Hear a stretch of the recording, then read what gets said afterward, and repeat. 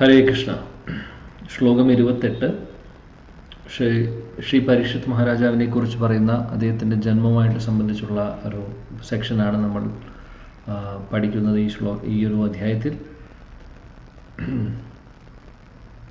27ാമത്തെ ശ്ലോകത്തിൽ പറയുന്നത് പരീക്ഷിത് മഹാരാജാവിന് ശാപം കിട്ടുമ്പോൾ, അതായത് ശൃംഗി എന്ന് പറയുന്ന ബ്രാഹ്മണൻ ശപിക്കുമ്പോൾ തക്ഷകൻ എന്ന് പറയുന്ന ആ ഒരു സർപ്പം കടിച്ചു മരിക്കുമെന്ന് പറഞ്ഞ് അദ്ദേഹം ശപിക്കുന്നു. അങ്ങനെ ആ ശാപം കിട്ടുന്ന സമയത്ത് എല്ലാം ഉപേക്ഷിച്ച് അദ്ദേഹത്തിൻ്റെ രാജ്യവും അദ്ദേഹത്തിൻ്റെ സ്ഥാനവും എല്ലാം തന്നെ അദ്ദേഹം ഉപേക്ഷിച്ച് പൂർണ്ണമായിട്ടും ഭഗവാനെ ശരണം പ്രാപിക്കുന്നു എന്നുള്ളതാണ് നമ്മൾ 27ാമത്തെ ശ്ലോകത്തിൽ കണ്ടത്.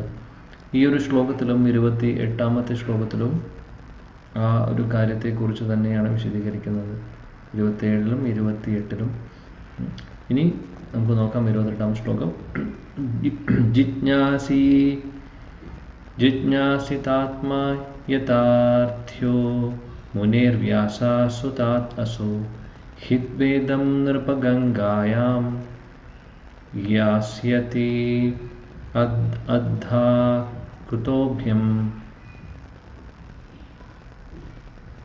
ഹരേ കൃഷ്ണ പ്രഭു. ഹരേ കൃഷ്ണ. ഓം നമോ ഭഗവതേ വാസുദേവായ.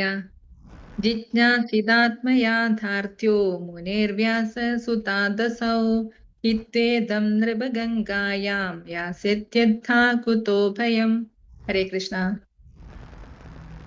ഹരേ കൃഷ്ണ. പ്രണാമം പ്രഭുജി. ജിജ്ഞാസിതാത്മാ യാഥാർത്ഥ്യോ മുനിർവ്യസസുതാദസോ ഹിത്വേദം നൃപഗംഗായാം യാസ്യത്യഥാ കുതോ ഭയം. ഹരേ കൃഷ്ണ. ഹരേ കൃഷ്ണ പ്രഭുജി. ഓം നമോ ഭഗവതേ വാസുദേവായ. ശ്ലോകം 28. ജിജ്ഞാസിതാത്മയാഥാർത്ഥ്യോ മുനേർവ്യാസാസുതാദസോ ഹിത്വേദം നൃപഗംഗായാം യാസ്യത്യഥാ കുതോ ഭയം. ഹരേ കൃഷ്ണ. ഹരേ കൃഷ്ണ. ജിജ്ഞാസിതാത്മയാഥാർത്ഥ്യോ മുനേർവ്യാസസുതാദസൗ ഹിത്വേദം നൃപഗംഗായാം യാസ്യത്യഥാ കുതോ ഭയം. ഹരേ കൃഷ്ണ പ്രഭുജി. ഹരേ കൃഷ്ണ. പ്രണാം പ്രഭു. ജിജ്ഞാസിതാത്മയാഥാർത്ഥ്യോ മുനിർവ്യാസാസുതാദസൗ ഹിത്വേദം നൃപഗംഗായാം യാസ്യത്യഥാ കുതോ ഭയം. ഹരേ കൃഷ്ണ. ഹരേ കൃഷ്ണ പ്രഭുജി. ഹരേ കൃഷ്ണ പ്രഭുജി. ജിജ്ഞാസിതാത്മയാഥാർത്ഥ്യോ മുനേർവ്യാസസുതാദസൗ ഹിത്വേദം നൃപഗംഗായാം യാസ്യത്യഥാ കുതോ ഭയം. ഹരേ കൃഷ്ണ. Thank you Prabhuji. ഹരേ കൃഷ്ണ. ഹരേ കൃഷ്ണ പ്രഭുജി. ജിജ്ഞാസിതാത്മയാഥാർത്ഥ്യോ മുനേർവ്യാസസുതാദസൗ ഹിത്വേദം നൃപഗംഗായാം യാസ്യത്യഥാ കുതോ ഭയം. ഹരേ കൃഷ്ണ പ്രഭുജി. ഹരേ കൃഷ്ണ. ഹരേ കൃഷ്ണ. ഹരേ കൃഷ്ണ. ഓം നമോ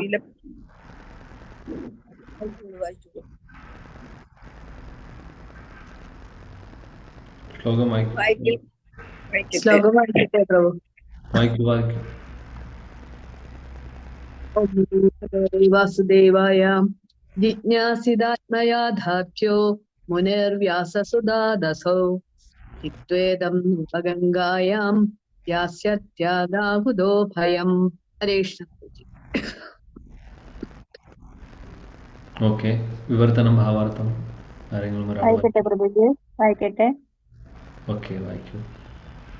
വിവർത്തനം ഭാവാർത്ഥ. ശ്രീല പ്രഭുപാദിക്ക് ജയ്. ഭാവിയിൽ നിശ്ചയമായും ദാർശനികനായി തീരാനുള്ള വ്യാസപുത്രനിൽ നിന്നും, അതായത് സുഖദേവ ഗോസ്വാമി, മോക്ഷമാർഗത്തിനുള്ള യുക്തമായ ആത്മജ്ഞാനത്തെ സംബന്ധിച്ച് അന്വേഷിച്ചറിഞ്ഞതിനു ശേഷം അദ്ദേഹം സർവ്വവിധ ഭൗതിക ആസക്തികളും പരിത്യജിക്കുകയും നിർഭയമായ ജീവിതം പ്രാപ്തമാക്കുകയും ചെയ്യും. ഭാവാർത്ഥം. ആത്മാവിനെ സംബന്ധിച്ച അജ്ഞാനമാണ് ഭൗതിക ജ്ഞാനം അർത്ഥമാക്കുന്നത്. ആത്മാവിനെ സംബന്ധിച്ച യഥാർത്ഥ ജ്ഞാനത്തെ അന്വേഷിച്ചറിയുന്നതിനെയാണ് തത്വശാസ്ത്രം വിവക്ഷിക്കുന്നത്. ആത്മസാക്ഷാത്കാരം ഇല്ലാത്ത തത്വശാസ്ത്രം ശുഷ്കമായ പ്രകൽപ്പനം മാത്രമാകുന്നു.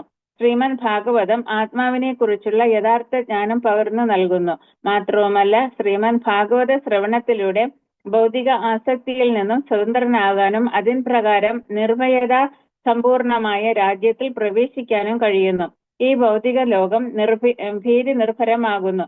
ഒരു തടവറയിൽ എന്ന പോലെ ഇതിലെ തടവുകാർ സദാ ഭയവിഹ്വലരായിരിക്കുന്നു. കാരാഗൃഹത്തിലെ നിയമാനുശാസനങ്ങൾ ധിക്കരിക്കാനുള്ള അവകാശം തടവുപുള്ളികൾക്കില്ല. കാരാഗൃഹ നിയമ നിഷേധം ജയിൽ ജീവിത കാലയളവ് ദീർഘിപ്പിക്കുന്നു. അതായത് പുനർജന്മമാകുന്ന വേറൊരു ശരീരത്തിൽ ഒരു നിശ്ചിത കാലഘട്ടത്തേക്കുള്ള ഭൗതിക ജീവിതം.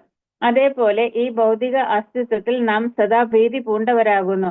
ഈ ഭീതാവസ്ഥയെ ഉത്കണ്ഠ എന്ന് വിശേഷിപ്പിക്കുന്നു.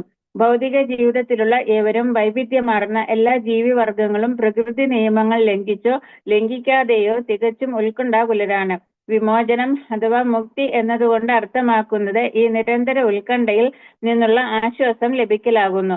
ഉത്കണ്ഠ ഭഗവാന്റെ ഭക്തിയുടെ സേവനമായി പരിവർത്തനം ചെയ്യപ്പെടുമ്പോൾ മാത്രമാണ് ഇത് സാധ്യമാകുന്നത്. ശ്രീമദ് ഭാഗവതം ഭൗതികമായ ഉത്കണ്ഠയെ ആത്മീയ തലത്തിലേക്ക് മാറ്റുന്നു. ശ്രീ വ്യാസദേവന്റെ ശ്രേഷ്ഠനായ പുത്രൻ ആത്മസാക്ഷാത്കാരം സിദ്ധിച്ച ശുകദേവ ഗോസ്വാമിയെ പോലുള്ള ജ്ഞാനികളായ ദാർശനികരുടെ സംസർഗത്താലാണ് ഇത് സാധ്യമായി തീരുന്നത്. മഹാരാജാവ് പരീക്ഷിത്ത് അദ്ദേഹത്തിന് മൃത്യു സംഭവിക്കുമെന്ന ബ്രാഹ്മണ ശാപം അറിഞ്ഞതിനു ശേഷം ശുകദേവ ഗോസ്വാമിയുടെ സംസർഗത്താലുള്ള ഈ ആനുകൂല്യം പ്രയോജനപ്പെടുത്തുകയും അപ്രകാരം അഭികാമ്യമായ ഫലം സംപ്രാപ്തമാക്കുകയും ചെയ്തു. ശ്രീമദ് ഭാഗവത പാരായണം തൊഴിലായി സ്വീകരിച്ചവർ നടത്തുന്ന സപ്താഹ വായനകൾ ഇതിന്റെ ഒരു അനുകരണം മാത്രമാണ്. അത് കേട്ടുകൊണ്ടിരിക്കുന്ന വിഡ്ഢികൾ ധരിച്ചിരിക്കുന്നത് ഈ ശ്രവണം കൊണ്ട് മായാബന്ധനത്തിൽ നിന്ന് മുക്തരാകാമെന്നും നിർഭയത ലഭിക്കുമെന്നുമാണ്. അത്തരത്തിലുള്ള അനുകരണ ഭാഗവത ശ്രവണം യഥാർത്ഥ ഭാഗവത ശ്രവണത്തിന്റെ ഒരു വികൃത രൂപം മാത്രമാണ്. അപഹാസ്യരും അത്യാർത്ഥി പിടിച്ചവരുമായ ആളുകളുടെ ഭാഗവത സപ്താഹ പ്രദർശനത്താൽ ആരും തന്നെ വഴിതെറ്റിക്കപ്പെടരുത്. അത്തരം പ്രകടനങ്ങൾ കൊണ്ട് അവരുടെ ഭൗതിക സുഖങ്ങൾ വ്യവസ്ഥാപിതമാക്കാൻ മാത്രമേ സാധിക്കുകയുള്ളൂ. Hare Krishna Prabhuji. Hare Krishna. Hare Krishna. Thank you. So Parikshit മഹാരാജാവ് അദ്ദേഹം ശാപം കിട്ടിയതിന് ശേഷം എല്ലാം ഉപേക്ഷിച്ച് ശില ശുകദേവ് ഗോസ്വാമിയുടെ ശരണം പ്രാപിക്കുന്നു. ഇവിടെ ശില ശുകദേവ് ഗോസ്വാമിയെ കുറിച്ച് പറയുന്നു, ശില ശുകദേവ് ഗോസ്വാമിയെ പോലെ ഒരു തത്വചിന്തകൻ വേറെയില്ല. ആധ്യാത്മിക ജ്ഞാനം അദ്ദേഹത്തിൽ പഠിക്കുവാൻ വേണ്ടി ഏറ്റവും നല്ല ഒരു വ്യക്തിയാണ് ശില ശുകദേവ് ഗോസ്വാമി. അങ്ങനെ പരീക്ഷിത് മഹാരാജാവ് എല്ലാം ഉപേക്ഷിച്ച് അദ്ദേഹം ശില ശുകദേവ് ഗോസ്വാമിയെ ശരണം പ്രാപിക്കുന്നു. അദ്ദേഹത്തിന് ചെറിയ തോതിൽ പോലും ഒരു പേടി ഉണ്ടായിരുന്നില്ല. ഇതാണ് ഒരു ഭക്തന്റെ, ഒരു ശുദ്ധ ഭക്തന്റെ ലക്ഷണം. അദ്ദേഹത്തിന് അറിയാം 7 ദിവസത്തിൽ അദ്ദേഹം മരിക്കുമെന്ന്. എല്ലാം ഉണ്ടായിരുന്ന അദ്ദേഹം, ലോകം മുഴുവനും ഭരിച്ചിരുന്ന അദ്ദേഹം, ലോകം മുഴുവനും ഭരിച്ചിരുന്ന രാജാവായിരുന്ന പരീക്ഷിത് മഹാരാജാവ് ഒരു നിമിഷത്തിൽ അതെല്ലാം ഉപേക്ഷിച്ച് 7 ദിവസത്തിൽ മരിക്കുന്നും കൂടെ അദ്ദേഹത്തിന് ന്യൂസ് കിട്ടുന്നു. എന്നിട്ട് ഒരു ചെറിയ ഒരു ഇഞ്ച് പോലും അദ്ദേഹം പേടിച്ചില്ല. പേടിയുണ്ടായിരുന്നില്ല അദ്ദേഹത്തിന്. കാര്യം എന്തായിരുന്നു? അദ്ദേഹത്തിന് മനസ്സിലായി ഇത് ഭഗവാന്റെ നിശ്ചയമാണെന്ന് മനസ്സിലാക്കി അദ്ദേഹം പൂർണ്ണമായിട്ടും അദ്ദേഹം ഭഗവാൻ പറഞ്ഞയച്ചിട്ടുള്ള, ഭഗവാന്റെ പ്രതിനിധിയായിട്ടുള്ള അദ്ദേഹത്തിൻ്റെ ഗുരുവിനെ അദ്ദേഹം ശരണം പ്രാപിക്കുന്നു, ഒരു ശുദ്ധഭക്തനെ ശരണം പ്രാപിക്കുന്നു. അപ്പോൾ അദ്ദേഹത്തിന് അറിയാമായിരുന്നു, പരീക്ഷിത് മഹാരാജാവ് ചെറുപ്പം മുതലേ നമുക്കറിയാം അദ്ദേഹത്തിൻ്റെ ജന്മം തന്നെ അതിമനോഹരമാണ്. ഭഗവാൻ ഓരോ നിമിഷത്തിലും അദ്ദേഹത്തിൻ്റെ കൂടെ ഉണ്ടായിട്ടുണ്ട്. പരീക്ഷിത് മഹാരാജാവ് ഒരു ഭക്തനായിരുന്നുകൊണ്ട് തന്നെയാണ് അദ്ദേഹത്തിന് ഇങ്ങനെയൊരു, അദ്ദേഹത്തിൻ്റെ ജീവിതത്തിൽ ഒരു പ്രതിസന്ധി വന്ന സമയത്തും അദ്ദേഹം അത് ഭഗവാന്റെ കാരുണ്യമാണെന്ന് മനസ്സിലാക്കി അദ്ദേഹം മുന്നോട്ട് പോകുന്നതും. അതുകൊണ്ടാണ് അദ്ദേഹത്തിന് പേടിയില്ലാതിരുന്നത്. സോ ഇതിൽ നിന്ന് നമ്മൾ മനസ്സിലാക്കാൻ പറ്റുന്ന കാര്യം, പഠിക്കേണ്ട കാര്യം എന്താണെന്ന് വെച്ചാൽ, ആ ഭക്തിയുത സേവനങ്ങളുടെ ശക്തി എത്രമാത്രം നമ്മൾ ഭക്തിയിൽ മുന്നോട്ട് പോകുന്നു അത്രമാത്രം നമുക്ക് കാര്യങ്ങൾ നേരിടാനും പേടി, ഭയം, അല്ലെങ്കിൽ ആകുലത, ആങ്സൈറ്റി, ടെൻഷൻ, സ്ട്രെസ്, അങ്ങനെ പല പല പല പ്രശ്നങ്ങൾ നമ്മൾ ഇപ്പോൾ നേരിട്ടുകൊണ്ടിരിക്കുന്നത്. അതിൽ നിന്നൊക്കെ അതൊന്നും നമുക്ക് ഉണ്ടാവില്ല. കാര്യം പൂർണ്ണമായിട്ടും ഭഗവാനെ ശരണം പ്രാപിച്ചിരിക്കുകയാണ്. എന്ത് സംഭവിച്ചാലും അത് ഭഗവാന്റെ നിശ്ചയമാണെന്ന് അവർ മനസ്സിലാക്കി മുന്നോട്ട് പോവുകയാണ് ചെയ്യുന്നത്. പിന്നെ വ്യാകുലപ്പെടേണ്ട ആവശ്യം വരുന്നില്ലല്ലോ. അതാണ് ഇവിടെ നിർഭയനായിരുന്നു പരീക്ഷിത് മഹാരാജാവ്. അദ്ദേഹം ശിലപ്രഭുപാദി ഭാവാർത്ഥത്തിൽ പറയുന്നു, ഭൗതിക ജ്ഞാനം എന്ന് പറയുന്നത്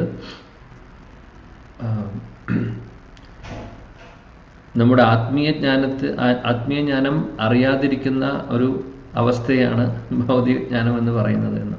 അതായത് വേറൊന്നുമല്ല, ഈ ഭൗതിക ജ്ഞാനം ഇവിടെ നമ്മൾ വിചാരിക്കുന്ന അറിവ് എന്ന് പറയുന്നത് ആത്മാവിനെ കുറിച്ചിട്ട് ഒന്നും നമ്മൾ പഠിക്കുന്നില്ല, ആരും പഠിപ്പിക്കുന്നില്ല, അല്ലേ? അപ്പോൾ ആത്മസാക്ഷാത്കാരവുമായിട്ട് സംബന്ധിച്ചുള്ള ജ്ഞാനമാണ് ശരിയായിട്ടുള്ള ജ്ഞാനം. മറ്റുള്ളതെല്ലാം ശരിക്കും പറയുകയാണെങ്കിൽ അവിദ്യയാണ്, അല്ലെങ്കിൽ അത് അന്ധകാരമാണ്. കാര്യം വേണ്ട ജ്ഞാനം കിട്ടുന്നില്ല. ആത്മീയ തലത്തിലുള്ള ജ്ഞാനം ലഭിച്ചില്ലെങ്കിൽ ഈ ലോകത്തിൽ നിന്ന് രക്ഷപ്പെടാനുള്ള മാർഗം നമുക്കറിയില്ലല്ലോ. അപ്പോൾ ഇവിടെ തന്നെ നമ്മൾ പെട്ടുപോകുന്നു. ഇവിടെ ഇരിക്കുന്ന സമയത്ത് ഈ പറയുന്ന പോലെ വ്യാകുലതയും പേടിയും പ്രശ്നങ്ങളും എല്ലാ ക്ലേശങ്ങളും അനുഭവിക്കേണ്ടി വരുന്നു. അതാണ് ഈ ലോകം അങ്ങനെയാണ് ഡിസൈൻ ചെയ്തിട്ടുള്ളത്. അതുകൊണ്ട് ആത്മീയജ്ഞാനം ആത്മസാക്ഷാത്കാരത്തിന് വേണ്ടിയിട്ടായിരിക്കണം. നമ്മുടെ ആത്മസാക്ഷാത്കാരവുമായിട്ട് സംബന്ധിച്ചുള്ള അറിവുകളാണ് ശരിയായിട്ടുള്ള അറിവുകൾ. ശ്രീമദ് ഭാഗവതം അതുകൊണ്ട് വളരെ പ്രധാനപ്പെട്ട ഗ്രന്ഥമാണ്. ശ്രീമദ് ഭാഗവതത്തിലൂടെ നമുക്ക് ഈ ഒരു ആത്മീയ തലത്തിലുള്ള ജ്ഞാനം അല്ലെങ്കിൽ ആത്മസാക്ഷാത്കാരത്തിന് വേണ്ടിയിട്ടുള്ള എല്ലാവിധ അറിവുകളും അതിൽ പറയുന്നു. എന്നാൽ ഈ ഒരു ശ്രീമദ് ഭാഗവതം നമ്മൾ കേൾക്കേണ്ടത് അതിന് യോഗ്യരായിട്ടുള്ളവരിൽ നിന്നാണ് എന്നുള്ളതും ഇവിടെ പ്രധാനപ്പെട്ട ഒരു പോയിന്റാണ്. ശ്രീമദ് ഭാഗവതത്തിലൂടെ ശിലപ്രഭുജിയോട് പറയുന്നു, ഭൗതികമായിട്ടുള്ള എല്ലാ അറ്റാച്ച്മെന്റിൽ നിന്നും നമുക്ക് പുറത്തു വരാൻ സാധിക്കും. മാത്രമല്ല നിർഭയരാവും നമ്മൾ ഓരോരുത്തരും. ഈ ഭൗതിക ലോകം തന്നെ അദ്ദേഹം പറയുന്നു ഇവിടെ, ഭൗതിക ലോകത്തിൽ എല്ലാവർക്കും ഓരോ നിമിഷവും പേടിയാണ്. മനുഷ്യരുടെ കാര്യം നോക്കിയാലും മൃഗങ്ങളുടെ കാര്യം നോക്കിയാലും പേടിയും ടെൻഷനും വ്യാധിയും ആദിയും ഒക്കെയാണ് എപ്പോഴും, അല്ലെ? ഇനി എന്ത് സംഭവിക്കും? ഇപ്പൊ സംഭവിക്കുന്ന കാര്യങ്ങൾ തന്നെ നമുക്ക് പല കാര്യങ്ങളിലും പല രീതിയിൽ നടക്കുമ്പോൾ അതിനൊരു സൊല്യൂഷൻ കാണാൻ പറ്റാതിരിക്കുന്ന അവസ്ഥ, ടെൻഷൻ ആവുന്നു, എന്ത് ചെയ്യണം എന്നറിയില്ല, കൺഫ്യൂഷനാണ്. അപ്പോൾ നമുക്ക് വ്യാകുലതയായി ആങ്സൈറ്റി വരുന്നു. പിന്നെ അത് അസുഖമായി മാറും കുറച്ചു കഴിഞ്ഞാൽ. ഈ ഒരു പ്രശ്നങ്ങളൊക്കെ ഈ ലോകത്തുണ്ട്. ഒരേ ഒരു മാർഗം ഭഗവാനെ ശരണം പ്രാപിക്കുക, ശ്രീമദ് ഭാഗവത്തെ ശരണം പ്രാപിക്കുക. എന്താണോ ഭാഗവതം പറയുന്നത്, എന്താണോ നമ്മുടെ ഗുരുജനങ്ങൾ പറയുന്നത്, അത് കേട്ട് അത് ഫോളോ ചെയ്ത് മുന്നോട്ട് പോകാൻ നോക്കുക. അങ്ങനെ ചെയ്യുമ്പോൾ നമുക്ക് ഈ പറയുന്ന വ്യാകുലതയിൽ നിന്നും പ്രശ്നങ്ങളിൽ നിന്നും പേടിയാവുന്ന കാര്യങ്ങളിൽ നിന്നൊക്കെ നമുക്ക് പുറത്തു വരാൻ തീർച്ചയായിട്ടും സാധിക്കും. അതിനുള്ള ശക്തിയുണ്ട് ആധ്യാത്മിക ജ്ഞാനത്തിനും അതേപോലെ തന്നെ ഭക്തിയുത സേവനങ്ങൾക്കും. ഈ ഒരു കാര്യം നമ്മൾ മനസ്സിലാക്കുന്ന, വേറെ ഒന്നിനും ഇവിടെ സൊല്യൂഷൻ ഇല്ല, അല്ലെങ്കിൽ വേറെ ഒന്നും ഉപയോഗിച്ച് നമുക്ക് ഇതൊന്നും മാറ്റാൻ സാധിക്കില്ല. ഒരേ ഒരു സൊല്യൂഷൻ, ആധ്യാത്മിക സൊല്യൂഷൻ മാത്രം, സ്പിരിച്വൽ സൊല്യൂഷൻ മാത്രമേ ഉള്ളൂ എന്ന് ഇവിടെ പറയുന്നു. അതിനുശേഷം ശില ശുകദേവ് ഗോസ്വാമിയെ പരീക്ഷിത് മഹാരാജാവിന് അദ്ദേഹത്തിൻ്റെ ഒരു അസോസിയേഷൻ കിട്ടി. മഹാസൗഭാഗ്യം. പരീക്ഷിത് മഹാരാജാവ് അതിന് യോഗ്യതയുള്ള വ്യക്തിയാണ്. അതുകൊണ്ട് തന്നെയാണ് ശില ശുകദേവ് ഗോസ്വാമിയെ പോലുള്ള ഒരു ഗുരുവിനെ അദ്ദേഹത്തിന് കിട്ടുന്നതും അദ്ദേഹത്തിൽ നിന്ന് ശ്രീമദ് ഭാഗവതം, അശുദ്ധ ഭക്തരിൽ നിന്ന് ശ്രീമദ് ഭാഗവതം കേൾക്കുന്നതും. അതിനുള്ള റിസൾട്ട് അദ്ദേഹത്തിന് കിട്ടുകയും ചെയ്യുന്നു. ശ്രീലപ്രഭുജി നമ്മളെ ഒരു കാര്യം ഓർമ്മിപ്പിക്കുന്നു, ശ്രീമദ് ഭാഗവതം കേൾക്കേണ്ടത് അങ്ങനെയുള്ള ശുദ്ധ ഭക്തരിൽ നിന്നാണ്. അതായത് വേറെ ഒരു ഉദ്ദേശത്തോടു കൂടിയിട്ടല്ലാതെ, അല്ലെങ്കിൽ ഭാഗവത പാരായണം അല്ലെങ്കിൽ ഹരികഥ അല്ലെങ്കിൽ ഭഗവാനെ കുറിച്ച് കഥ പറയുന്നത് ഒരു പ്രൊഫഷനായിട്ട് എടുക്കാതെ, അല്ലെങ്കിൽ അതൊരു ജോലിയായിട്ട് എടുത്ത് അതിൽ നിന്ന് വരുമാനം പ്രതീക്ഷിച്ചുകൊണ്ട് പൈസയ്ക്ക് വേണ്ടി ചെയ്യുന്നത് അത് ശരിയായിട്ടുള്ളൊരു ഹരികഥയല്ല. അതിന് പ്യൂരിറ്റി ഉണ്ടാവില്ല. ഇത് സത്യമാണ്. ഒന്ന് ചിന്തിച്ചു നോക്കിയാൽ തന്നെ നമുക്ക് മനസ്സിലാക്കാവുന്നേ ഉള്ളൂ. കാര്യം സത്യമാണ് 100%. അതൊരു പ്രൊഫഷനായിട്ട് എടുക്കുവാണെങ്കിൽ ദക്ഷിണ കിട്ടുന്നതും പൈസയ്ക്ക് ചെയ്യുന്നതും തമ്മിൽ വ്യത്യാസമുണ്ട്. ദക്ഷിണ എന്ന് പറയുന്നത് ആരെങ്കിലും സന്തോഷത്തോടു കൂടി കൊടുക്കുമ്പോൾ സ്വീകരിക്കുന്നതും, സപ്താഹത്തിന് ഇത്രയാണ് എൻ്റെ ഫീസ് എന്ന് പറഞ്ഞു കഴിഞ്ഞാൽ റേറ്റ് ഇത്രയാണ് എന്ന് പറഞ്ഞ് ചെയ്യുന്നതും തമ്മിൽ വ്യത്യാസമുണ്ട്. സപ്താഹം മാത്രമല്ല, ഇതേപോലെ കീർത്തനം, ഭഗവാന്റെ നാമം കീർത്തൻ ചെയ്യുവാനും ചിലപ്പോൾ ചില സാഹചര്യങ്ങളിൽ ഇങ്ങനെയും സംഭവിക്കുന്നുണ്ട്. അതായത് 2 മണിക്കൂർ പാടാൻ ഇത്രയും. ഇങ്ങനെയൊക്കെ ആവുമ്പോൾ അതൊരു പ്രൊഫഷനായിട്ട് എടുത്ത് ചെയ്യുമ്പോൾ എന്താണ് പ്രശ്നമെന്ന് വെച്ചാൽ, ഒരുപക്ഷെ നന്നായിട്ട് ഭാഗവതമാണെങ്കിൽ നന്നായി പാരായണം ചെയ്യുന്നുണ്ടാവും, കീർത്തനാണെങ്കിൽ നന്നായി കീർത്തനം ചെയ്യുന്നുണ്ടാവും, ഒക്കെ ശരിയാണ്. പക്ഷേ എന്താണ് അതിന് റിസൾട്ട് വരുന്നത്? കാര്യം അവർ ചെയ്യുന്നത് നമ്മുടെ ട്രാൻസ്ഫോർമേഷന് വേണ്ടിയിട്ടോ നമ്മളോടുള്ള മഹാകാരുണ്യം കൊണ്ടോ, അല്ലെങ്കിൽ അതായത് കേൾക്കുന്ന ആളുകൾക്ക് ഈ ഭാഗവതം കേട്ടത് കൊണ്ട് അവർക്ക് ഒരു പരിവർത്തനം വേണമെന്ന് ആഗ്രഹിക്കുന്നില്ല. അവർ ഒരു കാര്യം ആഗ്രഹിക്കുന്നത് അവരുടെ പോക്കറ്റിലേക്ക് വരണമെന്ന്. നമ്മൾ കേട്ടാലും കേട്ടില്ലെങ്കിലും ഇരിഞ്ഞാലും ആൾക്കാരുണ്ടെങ്കിലും ഇല്ലെങ്കിലും പ്രശ്നമില്ല. നോക്കൂ, ആ ഒരു മനോഭാവമേ വേറെയാണ്. അങ്ങനെ വരുമ്പോൾ അതിന് എന്ത് എഫക്റ്റ് ഉണ്ടാവും എന്ന് പറയുന്നത്, നല്ല രീതിയിൽ നല്ല ഭംഗിയായിട്ട് ശ്ലോകങ്ങൾ ചൊല്ലുന്നുണ്ടാവും, നല്ല ഭംഗിയായിട്ട് കീർത്തനം ചൊല്ലുന്നുണ്ടാവും, നല്ല ഭംഗിയായിട്ട് പറയുന്നുണ്ടാവും കഥകളൊക്കെ. പക്ഷേ ഈ ഒരു ഉദ്ദേശമാണെങ്കിൽ അതിനുള്ള റിസൾട്ട് കേൾക്കുന്നവർക്ക് ഉണ്ടാവില്ല. ഇപ്പം നമ്മൾ അങ്ങനെയുള്ള ഭാഗവതത്തിൽ ഇരുന്നത് കൊണ്ട് മാത്രം നമ്മുടെ ട്രാൻസ്ഫോർമേഷൻ സംഭവിക്കില്ല.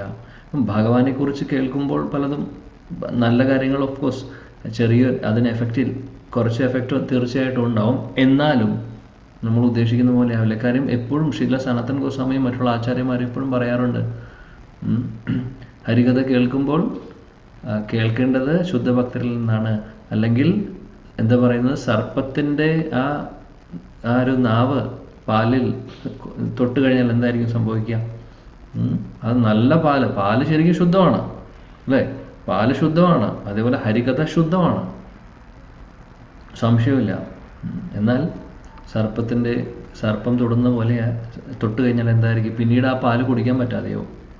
ഉള്ള ഹരികഥയ്ക്ക് ഹരികഥയ്ക്കൊന്നും പറ്റുന്നില്ല, പക്ഷേ അത് പ്രയോജന ഇല്ലാതെയാവും. അതുകൊണ്ട് അത് അകത്തോട്ട് കയറി ആളുകളുടെ ഉള്ളിൽ ഒരു പരിവർത്തനം വരിക എന്ന് പറയുന്നത് അതൊരു ശുദ്ധഭക്തരുടെ ഹൃദയത്തിൽ നിന്ന് വരുന്ന ആ ഹരികഥ കൂട്ടത്തിൽ അവരുടെ കാരുണ്യം, അവരുടെ പ്രാർത്ഥന, അവരുടെ അതായത് കേൾക്കുന്നവർക്കൊരു ട്രാൻസ്ഫോർമേഷൻ സംഭവിക്കണം എന്നുള്ളൊരു ആഗ്രഹത്തോടു കൂടി മറ്റുള്ളവരോടുള്ളൊരു കമ്പാഷൻ ഉണ്ടാവും അവർക്ക്. ഇതെല്ലാം കൂടെ ചേർന്നിട്ടാണ് നമ്മൾ കേൾക്കുന്നത്. അതിന് തീർച്ചയായിട്ടും ഒരുപാട് ശക്തിയാണുള്ളത്. ശ്രീല പ്രഭുപാജിയുടെ കാര്യം നോക്കിക്കഴിഞ്ഞാൽ, ശ്രീല പ്രഭുപാജി അദ്ദേഹം പാശ്ചാത്യ രാജ്യങ്ങളിൽ പോയ സമയത്ത് ഒന്നും അറിയാത്ത ആളുകളെയാണ് അദ്ദേഹം ട്രാൻസ്ഫോം ചെയ്തത്. എങ്ങനെ സാധിച്ചു? ഒന്ന് ആലോചിച്ച് നോക്കൂ. നമ്മുടെ നാട്ടിലുള്ള ആളുകൾക്ക് പിന്നെയും കൃഷ്ണനെക്കുറിച്ചും ഭാഗവതവും അല്ലെങ്കിൽ അറ്റ്ലീസ്റ്റ് എന്തെങ്കിലുമൊക്കെ ആധ്യാത്മികകാരി സംബന്ധിച്ച് എന്തെങ്കിലുമൊക്കെ അവിടെ ഇവിടെയും കേട്ടിട്ടുണ്ടാവും, ചെറിയ അറിവുകളെ എന്തെങ്കിലും ഉണ്ടാവും. ഭഗവത്ഗീത എന്ന് പറയുന്ന ഒരു പുസ്തകമുണ്ട്, ഭാഗവതം എന്ന് പറയുന്നൊരു പുസ്തകമുണ്ട്, അതേപോലെ കൃഷ്ണൻ, വിഷ്ണു എന്നുള്ളതൊക്കെ അറിയുന്നുണ്ടാവും. എന്നാൽ പാശ്ചാത്യ രാജ്യത്തിൽ ശ്രീല പ്രഭുപാജി പോയപ്പോൾ അവർക്കൊന്നും അറിയില്ല. ആര് വിഷ്ണു, ഏത് കൃഷ്ണൻ, ഏത് ഭഗവത്ഗീത ഒന്നും അവർക്കറിയില്ല. അതുമാത്രമല്ല, യമനിയമങ്ങളെല്ലാം തെറ്റിച്ചുകൊണ്ട് നടക്കുന്നുണ്ടായിരുന്ന ഒരു കമ്മ്യൂണിറ്റിയിലാണ് അദ്ദേഹം എത്തിപ്പെടുന്നത്. എന്നിട്ട് എന്ത് സംഭവിച്ചു? വളരെ ചുരുക്കം സമയം കൊണ്ട് എന്ത് സംഭവിച്ചു? ഈ ആളുകളൊക്കെ ശുദ്ധഭക്തരായി മാറുന്നു. എങ്ങനെ സാധിച്ചു? കാര്യം അത് പറയുന്ന ആളുടെ പ്യൂരിറ്റിയാണ്. ആരിൽ നിന്നാണ് അവർ കേട്ടത്? ആ പ്യൂരിറ്റിയാണ് അവരെ ട്രാൻസ്ഫോം ചെയ്തിട്ടുള്ളത്. ആ ശിലോപ്രഭാതിൻ്റെ പ്യൂരിറ്റി.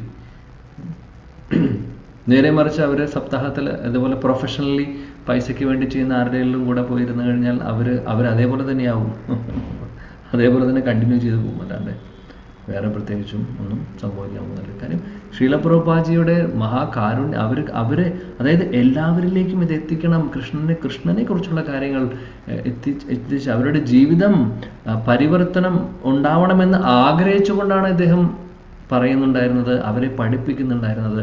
അതുകൊണ്ട് അവർക്കതിനുള്ള എഫക്റ്റും കിട്ടി. ശുദ്ധഭക്തരിൽ നിന്ന് വരുമ്പോൾ ശുദ്ധഭക്തരുടെ ഹൃദയം അങ്ങനെയാണ്.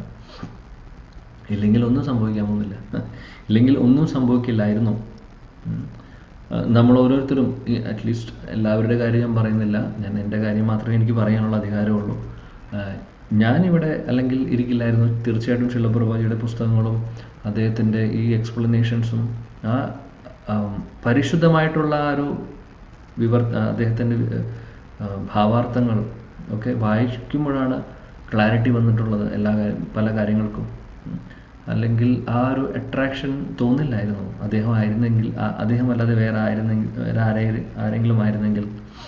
അതാണ് കാര്യം. ഭക്തിയല്ലാതെ ഒന്നും അദ്ദേഹം പറയുന്നില്ല. ശുദ്ധഭക്തിയെക്കുറിച്ച് മാത്രം, അതിലൊരു കളർഫുള്ളൊരു ഭക്തിയെക്കുറിച്ച് അദ്ദേഹം പറയുന്നേയില്ല. ശുദ്ധഭക്തി മാത്രം. അദ്ദേഹം നമ്മളെ ഓരോരുത്തരെയും ശുദ്ധഭക്തരാക്കണമെന്നുള്ള ആഗ്രഹത്തോടു കൂടിയിട്ടാണ് അദ്ദേഹം ഇതൊക്കെ എഴുതിയിട്ടുള്ളതും അദ്ദേഹത്തിൻ്റെ പ്രചരണവും അങ്ങനെയായിരുന്നു. അതുകൊണ്ട് അതിന് നല്ല ശക്തിയും അത് നല്ല എഫക്റ്റീവുമായി മാറി. ഒന്നും അറിയാത്ത ആൾക്കാർ ചുരുങ്ങിയ കാലം കൊണ്ട് അവരൊക്കെ വലിയ ഭക്തരായി മാറുന്നു. അതാണ് ഒരു ശുദ്ധഭക്തരിൽ നിന്ന് കേൾക്കുമ്പോഴുള്ള ശക്തി. ശ്രീല പ്രഭുപാദി നമുക്ക് വാണിംഗ് തരുന്നു.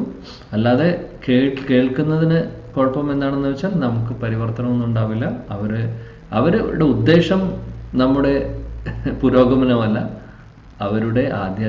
അവരുടെ ഭൗതികമായിട്ടുള്ള നേട്ടങ്ങൾക്ക് വേണ്ടിയിട്ടൊക്കെ ആയിരിക്കും ചെയ്യുന്നത്. അതുകൊണ്ട് പ്രയോജനം വരുന്നില്ല എന്നുള്ളതാണ് പറയുന്നത്. ഓക്കെ, അപ്പോൾ മാക്സിമം നമ്മൾ ശുദ്ധഭക്തരിൽ നിന്ന് കേൾക്കാൻ ശ്രമിക്കുക എന്നുള്ളതാണ്. ശരിക്കും നമ്മൾ ആധ്യാത്മിക കാര്യങ്ങളിൽ പുരോഗമനം ആഗ്രഹിക്കുന്നുണ്ടെങ്കിൽ. 29 ഇതി രാജ്ഞ ഉപാദേശ്യ വിപ്രജാതക കോവിദാഃ ലബ്ധാപചിതയാ സർവേ പ്രതിജഗ്മു സ്വകാൻ ഗൃഹാൻ. ഹരേ കൃഷ്ണ പ്രഭു. ഓം നമോ ഭഗവതേ വാസുദേവായ. ഇതി രാജ്ഞ ഉപാദിശ്യ വിപ്രാ ജാതക കോവിദാഃ ലബ്ധാ.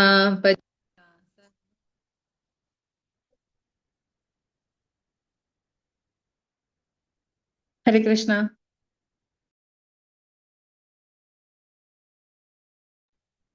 ഹരേ കൃഷ്ണ.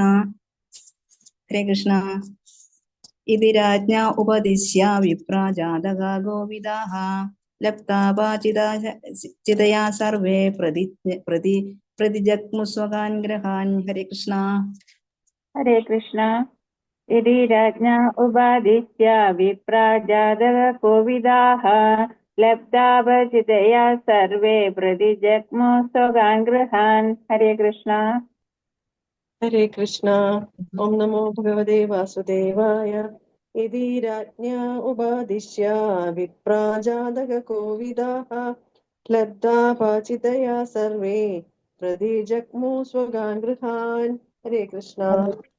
ഹരേ ഹരേ കൃഷ്ണ. കൃഷ്ണ. ഉപാദിശ്യ പ്രാജാതക കോവിദാഃ ലബ്ധാപചിതയ സർവേ പ്രതിജഗ്മു സ്വകാൻ ഗൃഹാൻ. ഹരേ കൃഷ്ണ. ശ്രീല പ്രഭുപാദി. ഹരേ കൃഷ്ണ. ഹരേ കൃഷ്ണ. ഇതി രാജ്ഞ ഉപാദിശ്യ വിപ്രാ ലബ്ധാപചിതയ സർവേ പ്രതിജഗ്മു സ്വകാൻ ഗൃഹാൻ. കൃഷ്ണ. സർവേ പ്രതിജഗ്മു സ്വകാൻ ഗൃഹാൻ. ഹരേ കൃഷ്ണ. കേൾക്കുന്നില്ല പ്രഭുജി? ഹരേ കൃഷ്ണ. ഇതി രാജ്ഞ ഉപാദിശ്യ വിപ്രാ ജാതക കോവിദാഃ ലബ്ധാപചിതയാ സർവേ പ്രതിജഗ്മു സ്വകാൻ ഗൃഹാൻ. ഹരേ കൃഷ്ണ. ഹരേ കൃഷ്ണ. ഓം നമോ വാസുദേവായ. ഇതി രാജ ഉപാദൃശ്യ വിപ്രാജാതക ഗോവിദാഃ ലബ്ധ അപചിതയാ സർവേ പ്രതിജഗ്മു സ്വകാൻ ഗൃഹാൻ. ഹരേ ഹരേ കൃഷ്ണ. കൃഷ്ണ. ഹരേ കൃഷ്ണ. ഇതി രാജ്ഞാ ഉപദിശ്യ വിപ്രാജാതക കോവിദഃ ലബ്ധാപചിതയ സർവേ പ്രതിജഗ്മു സ്വഗാൻ ഗൃഹാൻ. ഹരേ കൃഷ്ണ. Thank you Prabhuji. ഹരേ കൃഷ്ണ. ഹരേ കൃഷ്ണ. ഇതി രാജ്ഞാ ഉപദിശ്യ വിപ്രാജാതക കോവിദാഃ ലബ്ധാപചിത ചിതയ സർവേ പ്രതിജഗ്മു സ്വകാൻ ഗൃഹാൻ. ഹരേ കൃഷ്ണ. ഹരേ കൃഷ്ണ. ഓക്കെ, വിവർത്തനം ഭാവാർത്ഥം കൂടെ ആരെങ്കിലും? പ്രഭു വായിക്കട്ടെ.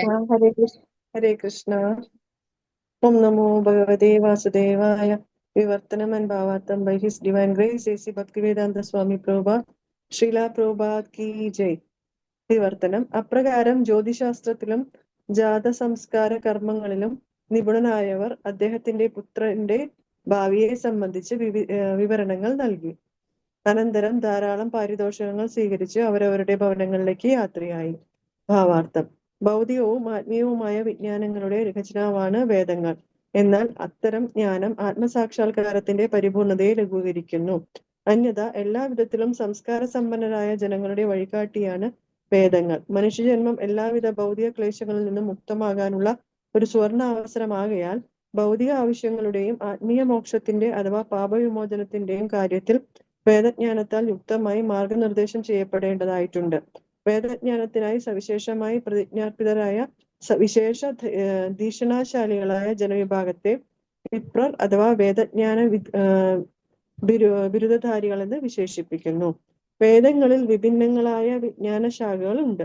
അവയിൽ ജ്യോതിശാസ്ത്രവും രോഗനിദാന ശാസ്ത്രവും സാധാരണക്കാരന് അത്യന്താപേക്ഷിതമായ രണ്ടു പ്രമുഖ വിജ്ഞാന ശാഖകളാകുന്നു.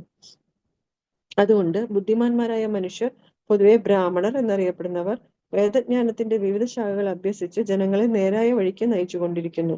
ആയോധന ശാസ്ത്രങ്ങൾ പോലും അത്തരം ബുദ്ധിമാന്മാരായ ശ്രേഷ്ഠ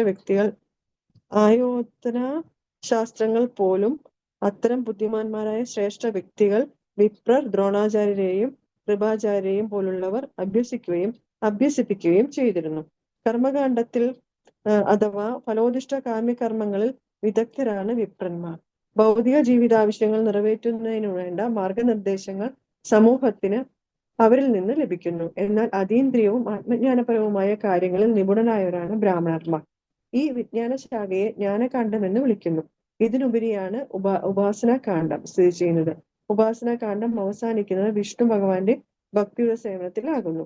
അപ്രകാരം പരിപൂർണതയിൽ എത്തിച്ചേരുന്ന ബ്രാഹ്മണരെ വൈഷ്ണവരെന്ന് വിശേഷിപ്പിക്കുന്നു. വിവിധ ആരാധന സമ്പ്രദായങ്ങളിൽ ഏറ്റവും ഉത്കൃഷ്ടമായത് വിഷ്ണു ആരാധനയാകുന്നു. ശ്രേഷ്ഠരായ ബ്രാഹ്മണർ ഭഗവാന്റെ അതീന്ദ്രിയമായ പ്രേമ ഭക്തിയുടെ സേവനത്തിൽ വ്യാപൃതരായ വൈഷ്ണവരാകുന്നു. ആകയാൽ ഭക്തിയുടെ സേവന ശാസ്ത്രമായ ശ്രീമദ് ഭാഗവതം വൈഷ്ണവർക്ക് അത്യന്തം പ്രിയപ്പെട്ടതാകുന്നു. ശ്രീമദ് ഭാഗവത ആരംഭത്തിൽ പ്രതിപാദിച്ചിരിക്കുന്നത് പോലെ വേദവിജ്ഞാനത്തിന്റെ പരിപക്വമായ ഫലവും കർമ്മകാന്ഡം, ജ്ഞാനകാന്ഡം, ഉപാസനാകാന്ഡം എന്നീ 3 കാണ്ഡങ്ങളെക്കാളും അത്യന്തം ശ്രേഷ്ഠവും പരമവുമായ ശ്രദ്ധാവിഷയമാകുന്നു ശ്രീമദ് ഭാഗവതം. കർമ്മകാന്ഡത്തിൽ വൈദഗ്ധ്യമുള്ള ജാതക നിപുണരായ വിപ്രർ കഴിവുറ്റ ജ്യോത്സ്യനാകുന്നു. അവർക്ക് ഒരു ശിശുവിന്റെ ജനനസമയത്തെ അടിസ്ഥാനമാക്കി ജ്യോതിശാസ്ത്രപരമായ ഗണനങ്ങളാൽ ഭാവി പ്രവചിക്കാൻ കഴിയും. അത്തരം വിദൂഷികളായ ജാതക വിപ്രർ പരീക്ഷിത് മഹാരാജാവിന്റെ ജനനസമയത്ത് അവിടെ സന്നിഹിതരായിരുന്നു. അദ്ദേഹത്തിന്റെ പിതാമഹനായ യുധിഷ്ഠിരർ വിദ്വാൻമാരായ ജാതക വിപ്രരെ യഥേഷ്ടം സ്വർണവും ഭൂമിയും ഗ്രാമങ്ങളും ധാന്യങ്ങളും ജീവിതാവശ്യത്തിന് ഉതകുന്ന മറ്റു വിലപ്പെട്ട പാരിതോഷികങ്ങളും ഗോക്കളെയും നൽകി ആരാധിച്ചിരുന്നു. സാമൂഹ്യ ഘടനയിൽ അത്തരം വിപ്രന്മാർ ആവശ്യമാണ്. മാത്രവുമല്ല അവരുടെ സംരക്ഷണം സർക്കാരിന്റെ ചുമതലയിലുമായിരിക്കണം. അപ്പോൾ അവർക്ക് വേദവിധിയനുസരിച്ചുള്ള സുഖകരമായ ജീവിതം ലഭിക്കുന്നു. അത്തരം വിപ്രന്മാർക്ക് സർക്കാരിൽ നിന്നും ഭേദമായ വേതനം ലഭിക്കുന്നത് കൊണ്ട് സാമാന്യ ജനങ്ങൾക്കായി സൗജന്യ സേവനം അനുഷ്ഠിക്കുവാനും സാധിച്ചിരുന്നു. അപ്രകാരം ഈ പ്രത്യേക വേദവിജ്ഞാന ശാഖയുടെ സേവനം എല്ലാവർക്കും തന്നെ പ്രയോജനപ്പെടുന്ന വിധത്തിലായിരുന്നു. Hare Krishna. Thank you Prabhuji. Hare Krishna. Thank you. So ഇവിടെ പറയുന്നു,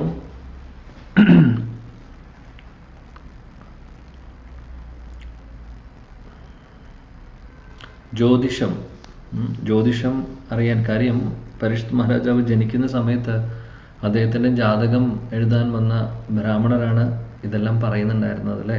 അദ്ദേഹത്തിൻ്റെ ഫ്യൂച്ചറിനെ പ്രെഡിക്റ്റ് ചെയ്യുന്നത് നമ്മൾ കണ്ടു ഇതിനു മുമ്പുള്ള കുറേ ശ്ലോകങ്ങളായിട്ട്. അങ്ങനെ അവരെല്ലാവരും പരിശുദ്ധ മഹാരാജാവിനെ അനുഗ്രഹിച്ചു. ഒരുപാട് ബ്രാഹ്മണർ അവിടെ വന്നിട്ടുണ്ടായിരുന്നു, അവരെല്ലാവരും അനുഗ്രഹിച്ചു. അങ്ങനെ അവർക്ക് വേണ്ടതായിട്ടുള്ള എല്ലാ ദാനവും മഹാരാജ് യുധിഷ്ഠിരർ കൊടുത്തു. അതെല്ലാം കൊടുത്ത് അവരെ സന്തോഷത്തോടു കൂടി എല്ലാവരെയും പറഞ്ഞയക്കുന്നു. ശില പ്രഭുപാദി ഭാവാർത്ഥത്തിൽ പറയുന്നു, വേദങ്ങൾ എന്ന് പറയുന്നത്, വേദങ്ങളിൽ ആധ്യാത്മിക ജ്ഞാനവും ഭൗതിക ജ്ഞാനവും എല്ലാം വരുന്നു. എന്നാൽ ഇത് പഠിക്കുക എന്ന് പറയുന്നത് അതിനുള്ള യോഗ്യതയുള്ളവരിൽ നിന്നായിരിക്കണം. അപ്പോൾ വിപ്രര് അല്ലെങ്കിൽ ബ്രാഹ്മണർ എന്ന് പറയുന്നവരിൽ നിന്നാണ്. വിപ്രർ എന്ന് പറഞ്ഞു കഴിഞ്ഞാൽ വേദങ്ങളൊക്കെ പഠിക്കുന്ന ആൾക്കാർ അല്ലെങ്കിൽ പഠിച്ചിട്ടുള്ളവർ, അവരാണ് ഈ വേദങ്ങളിലുള്ള ജ്ഞാനത്തെ അവർ പഠിച്ച് അത് മറ്റുള്ളവർക്ക് പറഞ്ഞു കൊടുക്കുന്നത്. ഇപ്പോൾ ആസ്ട്രോളജി ആവട്ടെ, ജ്യോതിഷമാവട്ടെ, ഇനി വേറെ ധനുർവേദമാവട്ടെ, വേദങ്ങളിൽ ഒരുപാട് ഡിവിഷൻസ് ഉണ്ട്. അപ്പോൾ അതെല്ലാം ഒരുപാട് യോഗ്യരായിട്ടുള്ളവർ, ബുദ്ധിയുള്ളവർ പഠിക്കുന്നു. ബ്രാഹ്മണ കുലത്തിൽ ഉള്ളവരും അത് പഠിച്ച് മറ്റുള്ളവർക്ക് പറഞ്ഞു കൊടുക്കുന്നു. ഇപ്പോൾ ദ്രോണാചാര്യരുടെ കാര്യമാണെങ്കിലും കൃപാചാര്യരുടെ കാര്യമാണെങ്കിലും അവർ ആക്ച്വലി ബ്രാഹ്മണ കുലത്തിലുള്ളവരാണ്. പക്ഷേ അവർ ക്ഷത്രിയന്മാരുടെ ടീച്ചേഴ്സ് ആയിരുന്നു ധനുർവേദത്തിൽ. ഒന്നാലോചിച്ച് നോക്കും, അവർ ക്ഷത്രിയരല്ലെങ്കിലും ക്ഷത്രിയ കുട്ടികൾക്ക്, പാണ്ഡവർക്കും കൗരവർക്കും അവരെ പഠിപ്പിച്ചു കൊടുത്തു അല്ലേ. സോ അതാണ് ക്വാളിഫിക്കേഷൻ എന്ന് പറഞ്ഞു കഴിഞ്ഞാൽ. വിപ്ര ബ്രാഹ്മണ എന്ന് പറയുന്ന ഇവിടെ രണ്ട് ചെറിയൊരു വ്യത്യാസമുണ്ടെന്ന് ശില പ്രഭുജി പറയുന്നു. ശ്ലോകത്തിൽ വിപ്രൻ എന്നാണ് പറയുന്നത്. വിപ്രര് സാധാരണഗതിയിൽ കർമ്മകാണ്ഡത്തെക്കുറിച്ച് കൂടുതൽ അറിവുള്ളവരായിരിക്കും. കർമ്മകാണ്ഡം എന്ന് പറഞ്ഞാൽ എന്താണ്? കർമ്മകാണ്ഡം എന്ന് പറഞ്ഞു കഴിഞ്ഞാൽ ഒരുപാട് കർമ്മത്തിലൂടെ പല കർമ്മങ്ങൾ ചെയ്യുമ്പോൾ അതിന് ഫലം ഉള്ള കർമ്മങ്ങൾ എങ്ങനെയാണ് ചെയ്യേണ്ടത്, വേദങ്ങളിൽ പറയുന്ന പോലെ, വേദങ്ങളിൽ നിന്ന് പുറത്തുള്ള കാര്യങ്ങളല്ല, വേദങ്ങളിൽ പറഞ്ഞിട്ടുള്ളത് തന്നെ. നമുക്കറിയാം വേദങ്ങളിൽ കർമ്മകാണ്ഡവും ജ്ഞാനകാണ്ഡവും ഉപാസനകാണ്ഡവും എല്ലാം വരുന്നുണ്ട്. വേദം എന്ന് പറയുന്നത് കൽപ്പവൃക്ഷമാണ് എന്ന് നമ്മൾ പറയാറുണ്ട് അല്ലേ. കൽപ്പവൃക്ഷം എന്ന് പറയുമ്പോൾ അതിലെല്ലാം ഉണ്ട്. ആഗ്രഹം എന്താണോ ആളുകളുടെ ആഗ്രഹം അതനുസരിച്ച് കൽപ്പവൃക്ഷത്തിന് തരാനുള്ള ആ ഒരു കപ്പാസിറ്റി ഉണ്ട്. അപ്പോൾ അതാണ് കർമ്മകാണ്ഡം. അപ്പോൾ വിപ്രർ സാധാരണ കർമ്മകാണ്ഡത്തിൽ അവരതിൽ എക്സ്പേർട്ടായിരിക്കും. എന്നാൽ ബ്രാഹ്മണർ എന്ന് പറയുന്ന ഒരു ക്ലാസിഫിക്കേഷൻ പറയുമ്പോൾ അവരുടെ കൂടുതലുള്ള എക്സ്പെർട്ടീസ് കൂടുതലും ആധ്യാത്മിക ജ്ഞാനത്തിലായിരിക്കും. അതുകൊണ്ട് അവരെ ഫോളോ ചെയ്യുന്നതിനെ ജ്ഞാനകാണ്ഡം എന്ന് പറയുന്നു. ഇനി അതിൻ്റെ മുകളിൽ ഉപാസനകാണ്ഡമുണ്ടെന്ന് പറയുന്നു. ഉപാസനകാണ്ഡം എന്ന് പറയുന്നത്, ഉപാസനകാണ്ഡം എന്ന് ഉദ്ദേശിക്കുന്നത് കുറച്ചുകൂടെ ഹൈ ലെവലാണ്. അവിടെയാണ് ഭക്തിവിധ സേവനങ്ങളൊക്കെ വരുന്നത്. ജ്ഞാനകാണ്ഡത്തിൽ ആധ്യാത്മികമായിട്ടുള്ള അറിവുകൾ ഉണ്ട് എന്നുള്ളൂ. പക്ഷെ അത് ഭക്തിയുത സേവനം എന്ന് പറയുമ്പോൾ അത് ഉപാസനകാണ്ഡം നമ്മളെ എത്തിക്കുന്നത് ശുദ്ധഭക്തിയിലേക്കാണ്. അത് ഫോളോ ചെയ്യുന്നവരെയാണ് വൈഷ്ണവരെന്ന് വിളിക്കുന്നത്. അപ്പോൾ ഇതാണ് വിപ്രര്, ബ്രാഹ്മണര്, വൈഷ്ണവര്. ശില പ്രഭുപാദി അതുകൊണ്ട് പല സ്ഥലങ്ങളിലും പറയാറുണ്ട്, ബ്രാഹ്മണരേക്കാൾ നോർമൽ, അതായത് ഈ എല്ലാ ക്ലാസ്, ഈവൻ വൈഷ്ണവരിലും പലവരും ബ്രാഹ്മണൻ എന്ന് ഉദ്ദേശിക്കുന്നത് ബ്രാഹ്മണനായി ജനിച്ചു എന്നുള്ളതല്ല ഉദ്ദേശിക്കുന്നത്. അറിവുണ്ട് എന്ന് പറഞ്ഞതുകൊണ്ട് അവർ ഭക്തരായിക്കൊള്ളണമെന്നില്ല. ആധ്യാത്മിക ജ്ഞാനം ഉണ്ടായിരിക്കാം, പക്ഷേ അത് പ്രോപ്പർലി അവരത് ഫോളോ ചെയ്ത് അത് പ്രാക്ടീസ് ചെയ്ത് ഭക്തി സേവനങ്ങൾ ചെയ്യുന്നുണ്ടെങ്കിൽ അവർ വൈഷ്ണവരാണ്. ഒരു ബ്രാഹ്മണ കുലത്തിൽ ജനിച്ചവരാണെങ്കിൽ പോലും അവരെ വൈഷ്ണവരെന്ന് വിളിക്കും. അതാണ് വ്യത്യാസം. ബ്രാഹ്മണരായതുകൊണ്ട് വൈഷ്ണവരാവണമെന്നില്ല. ബ്രാഹ്മണർക്ക് വൈഷ്ണവരുടെ എല്ലാ ക്വാളിറ്റീസും ഉണ്ടായിക്കൊള്ളുന്നില്ല. എന്നാൽ വൈഷ്ണവനെ സംബന്ധിച്ച് ബ്രാഹ്മണരുടെ എല്ലാ ബേസിക് ക്വാളിറ്റീസും ഉണ്ടാവും ഓട്ടോമാറ്റിക്കലി. വൈഷ്ണവര് ആരാണെന്ന് ഇവിടെ ശില പ്രഭുപാദി പറയുന്നു. ഭഗവാൻ വിഷ്ണുവിനെ അല്ലെങ്കിൽ വിഷ്ണു തത്വങ്ങളെ, കൃഷ്ണൻ വിഷ്ണു തത്വം, അവരെ അങ്ങനെ കൃഷ്ണനെയോ വിഷ്ണുവിനെയോ വിഷ്ണു തത്വങ്ങളെയോ ഉപാസന ചെയ്യുന്നവരെ, ആരാധിക്കുന്നവരെയാണ് വൈഷ്ണവരെന്ന് വിളിക്കുന്നത്. അപ്പോൾ ഉയർന്ന തലത്തിലുള്ള ബ്രാഹ്മണരോ വൈഷ്ണവരോ, അതായത് വൈഷ്ണവര് ഉയർന്ന തലത്തിലുള്ള ബ്രാഹ്മണർ, അവരൊക്കെ ശുദ്ധ ഭക്തിയുത സേവനങ്ങൾ ഫോളോ ചെയ്യുന്നവരായിരിക്കും. അങ്ങനെയുള്ളവർക്കാണ് ശ്രീമദ് ഭാഗവതമൊക്കെ ഒരുപാട് പ്രിയപ്പെട്ടത്. യത് വൈഷ്ണവാനാം പ്രിയം, ഭാഗവതത്തിൽ തന്നെ പറയുന്നതാണ്. എന്താണ് വൈഷ്ണവർക്ക് പ്രിയം? ശ്രീമദ് ഭാഗവതം. യത് വൈഷ്ണവാനാം പ്രിയം, ശ്രീമദ് ഭാഗവതം യത് വൈഷ്ണവാനാം പ്രിയം. കാര്യം ഇവിടെ ശുദ്ധഭക്തിയെക്കുറിച്ചും ഭക്തി സേവനങ്ങളെക്കുറിച്ചും മാത്രമേ പ്രതിപാദിക്കുന്നുള്ളൂ. വേറെ കർമ്മകാണ്ഡത്തെക്കുറിച്ചുള്ളതോ ജ്ഞാനകാണ്ഡമോ ഒന്നുമല്ല ഇവിടുത്തെ ഫോക്കസ്. ശുദ്ധഭക്തി, പരിശുദ്ധമായിട്ടുള്ള ഭക്തിയെക്കുറിച്ചാണ് പറയുന്നത്. പിന്നീട് അവസാനത്തെ ആ ഒരു പാരഗ്രാഫിൽ ശില പ്രഭുജി പറയുന്നു, ആ ഒരു സമയത്ത് പരീക്ഷിത്ത് മഹാരാജാവിൻ്റെ ജന്മമായിട്ട് സംബന്ധിച്ച് ഒരുപാട് വിപ്രരുണ്ടായിരുന്നു. അപ്പോൾ അവർ ജാതകം എഴുതാനുള്ള എക്സ്പേർട്ടായിട്ടുള്ള ഒരുപാട് വിപ്രർ ഉണ്ടായിരുന്നു. അവരെല്ലാവരും പരീക്ഷിത്ത് മഹാരാജാവിൻ്റെ ജാതകം എഴുതി അദ്ദേഹത്തിൻ്റെ ഫ്യൂച്ചർ എല്ലാം അവിടെ പറയുന്നു. അതിനുശേഷം അവരെ സന്തോഷമായിട്ട് യുധിഷ്ഠിര മഹാരാജാവ് ഒരുപാട് പാരിതോഷികങ്ങൾ കൊടുത്ത് അവരെ എല്ലാവരെയും തിരിച്ച് വീട്ടിലോട്ട് പറഞ്ഞു വിടുന്നു. ശീല പ്രഭുജി അവസാനം നമ്മളെ ഓർമ്മിപ്പിക്കുന്നു, അങ്ങനെയുള്ള വിപ്രരൊക്കെ ശരിക്കും പറയുകയാണെങ്കിൽ നമുക്കും ആവശ്യമുണ്ട്. കാര്യം അവരൊക്കെ പ്രോപ്പറായിട്ട് ഇത് പഠിച്ച് പറയുന്നവരാണ്, അവർക്ക് അതിനുള്ള യോഗ്യതയുള്ളവരാണ്. പൈസയ്ക്ക് വേണ്ടിയിട്ടോ ചെയ്യുന്ന ആളുകളല്ല. ദാനം അവർക്ക് കൊടുക്കുന്നു, അത് അവർ ഒരു ഡൊണേഷൻ, അവരുടെ ദക്ഷിണയായിട്ട് അവർ സ്വീകരിക്കുന്നു. എന്നാൽ ഇങ്ങനെയുള്ള ബ്രാഹ്മണരും വിപ്രരെയും ഒക്കെ ആവശ്യമുണ്ട്. പിന്നെ പറയേണ്ട ആവശ്യമില്ല, വൈഷ്ണവരെ തീർച്ചയായിട്ടും ആവശ്യമുണ്ട്. കാര്യം എന്നാലാണ് ഭഗവാനെക്കുറിച്ചുള്ള കാര്യങ്ങൾ മറ്റുള്ളവരിലേക്ക് എത്താൻ സാധിക്കുകയുള്ളൂ അല്ലേ.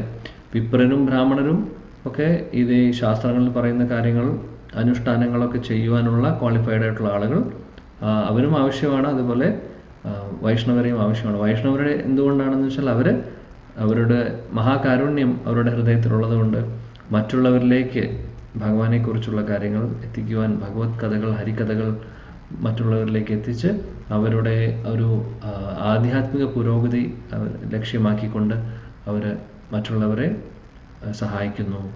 അപ്പോൾ ഇങ്ങനെയുള്ള എല്ലാ ടൈപ്പ് ഓഫ് വ്യക്തികളെയും ആവശ്യമാണ് സമൂഹത്തിൽ. അതാണ് പറയുന്നത്. അടുത്ത ശ്ലോകം 30. സ ഏഷ ലോകേ വിഖ്യാതഃ പരീക്ഷിത് ഇതി യത് പ്രഭുഃ പൂർവം ദൃഷ്ടം അനുധ്യായാൻ പരീക്ഷേത നരേഷിഃ. ഹരേ കൃഷ്ണ പ്രഭു. ഓം നമോ ഭഗവതേ വാസുദേവായ. സ ഏഷ ലോകേ വിഖ്യാതഃ പരീക്ഷിതിതി യത് പ്രഭുഃ പൂർവം ദൃഷ്ടമനുധ്യായൻ പരീക്ഷേത നരേഷിഃ. ഹരേ കൃഷ്ണ. ഹരേ കൃഷ്ണ. ഓം നമോ ഭഗവതേ വാസുദേവായ. സ ഏഷ ലോകേ വിഖ്യാതഃ പരീക്ഷിതിതി യത് പ്രഭുഃ പൂർവം ദൃഷ്ടമനുധ്യായൻ പരീക്ഷേത നരേഷിഃ. ഹരേ കൃഷ്ണ. ഹരേ കൃഷ്ണ പ്രഭു. ഹരേ കൃഷ്ണ. ഓം നമോ ഭഗവതേ വാസുദേവായ. സ ഏഷ ലോകേ വിഖ്യാതഃ പരീക്ഷിതിതി യത് പ്രഭുഃ പൂർവം ദൃഷ്ടമനുധ്യായൻ പരീക്ഷേത നരേഷിഃ. ഹരേ കൃഷ്ണ. ഹരേ കൃഷ്ണ. സ ഏഷ ലോകേ വിഖ്യാതഃ പരീക്ഷിതിതി യത് പ്രഭുഃ പൂർവം ദൃഷ്ടമനുധ്യായൻ പരീക്ഷേത നരേഷിഃ. ഹരേ കൃഷ്ണ. स एष लोके विख्यातः परीक्षित इति യത് പ്രഭുഃ പൂർവം ദൃഷ്ടമനുധ്യായൻ പരീക്ഷേത നരേഷിഃ. ഹരേ കൃഷ്ണ പ്രഭുജി. സ ഏഷ ലോകേ വിഖ്യാതഃ പരീക്ഷിതിതി യത് പ്രഭുഃ പൂർവം ദൃഷ്ടമനുധ്യായൻ പരീക്ഷേത നരേഷിഃ. ഹരേ കൃഷ്ണ. Thank you Prabhuji. ഹരേ കൃഷ്ണ. ഹരേ കൃഷ്ണ പ്രഭുജി. ഓം നമോ ഭഗവതേ വാസുദേവായ. സ ഏഷ ലോകേ വിഖ്യാതഃ പരീക്ഷിതിതി യത് പ്രഭുഃ പൂർവം ദൃഷ്ടമനുധ്യായൻ പരീക്ഷേത നരേഷിഃ. ഹരേ കൃഷ്ണ പ്രഭുജി. ഹരേ കൃഷ്ണ. ഓക്കെ, ആയിക്കോട്ടെ പ്രഭു. ഹരേ കൃഷ്ണ. ശ്രീലപ്രഭുവാദ് കി ജയ്. ജനനത്തിന് മുമ്പ് ഗർഭസ്ഥ ശിശുവായിരുന്നപ്പോൾ മാതൃഗർഭത്തിനുള്ളിൽ വെച്ച് ദർശിച്ച ആ ദിവ്യ വ്യക്തിത്വത്തെ ഓരോ മനുഷ്യരിലും സസൂക്ഷ്മം അന്വേഷിക്കുന്നതിൽ സദാ വ്യാപൃതനായി തീരുമെന്നതിനാൽ അങ്ങയുടെ പുത്രൻ പരീക്ഷിത്ത് പരിശോധകൻ എന്ന നാമധേയത്താൽ ലോകത്തിൽ വിഖ്യാതനായിത്തീരും. അപ്രകാരം അവൻ സദാ അദ്ദേഹത്തെ പരിചിന്തിക്കുന്നവനായിത്തീരും. ഭാവാർത്ഥം: മാതൃഗർഭത്തിലായിരുന്നിട്ട് പോലും ഭഗവാന്റെ ചതുർബാഹുരൂപം അദ്ദേഹത്തിന്റെ മനസ്സിൽ പതിയത്തക്ക വിധം അത്യന്തം ഭാഗ്യവാനായിരുന്നു മഹാരാജാവ് പരീക്ഷിത്ത്. ആകയാൽ ഭഗവാനെ കുറിച്ചുള്ള ചിന്ത സദാ അദ്ദേഹത്തിൽ അന്തർലീനമായിരുന്നു. ഭഗവാന്റെ അതീന്ദ്രിയ രൂപം മനസ്സിലൊരിക്കൽ പതിയാൻ ഇടയായാൽ പിന്നെ ഏതു സാഹചര്യത്തിലും ആയാലും ശരി അവന് ആ അതീന്ദ്രിയ രൂപത്തെ വിസ്മരിക്കാൻ കഴിയുകയില്ല. ഗർഭത്തിൽ നിന്നും പുറത്തു വന്നതിന് ശേഷം പരീക്ഷിത്ത് ഏവരിലും മാതൃഗർഭത്തിനുള്ളിൽ വെച്ച് അദ്ദേഹം ദർശിച്ച അതേ വ്യക്തിത്വ വിശേഷത്തെ സദാ അന്വേഷിക്കുന്നത് ഒരു ശീലമാക്കിയിരുന്നു. എന്നാൽ ആരും ഭഗവാന് തുല്യരോ അല്ലെങ്കിൽ ഭഗവാനേക്കാൾ ആകർഷകരോ ആയിരുന്നില്ല. ആകയാൽ അദ്ദേഹം ആരെയും അംഗീകരിച്ചില്ല. എന്നാൽ അത്തരം പരീക്ഷ നിരീക്ഷണങ്ങളിൽ ഭഗവാൻ സദാ ഒപ്പമുണ്ടായിരുന്നു. അപ്രകാരം സ്മരണത്തിലൂടെ ഭഗവത് ഭക്തിയു സേവനത്തിൽ പരീക്ഷിത് മഹാരാജാവ് സദാ നിരതനായിരുന്നു.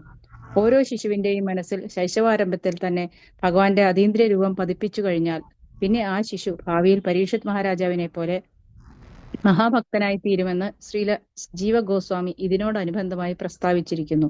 പരീക്ഷിത് മഹാരാജാവിനെ പോലെ മാതൃഗർഭത്തിലായിരിക്കുമ്പോൾ തന്നെ ഭഗവാന്റെ അതീന്ദ്രിയ രൂപം ദർശിക്കുവാനുള്ള അവസരം ലഭിക്കത്തക്ക വിധം മഹാഭാഗ്യമില്ലാത്തവനാണ് ഒരാളെങ്കിൽ പോലും അവന്റെ മാതാപിതാക്കൾ ആഗ്രഹിക്കുന്ന പക്ഷം അവനെ ഭഗവാനെ ദർശിക്കാനുള്ള മഹാഭാഗ്യം സിദ്ധിക്കത്തക്ക വിധം യോഗ്യതയുള്ളവനാക്കി തീർക്കുവാൻ സാധ്യമാകുന്നു.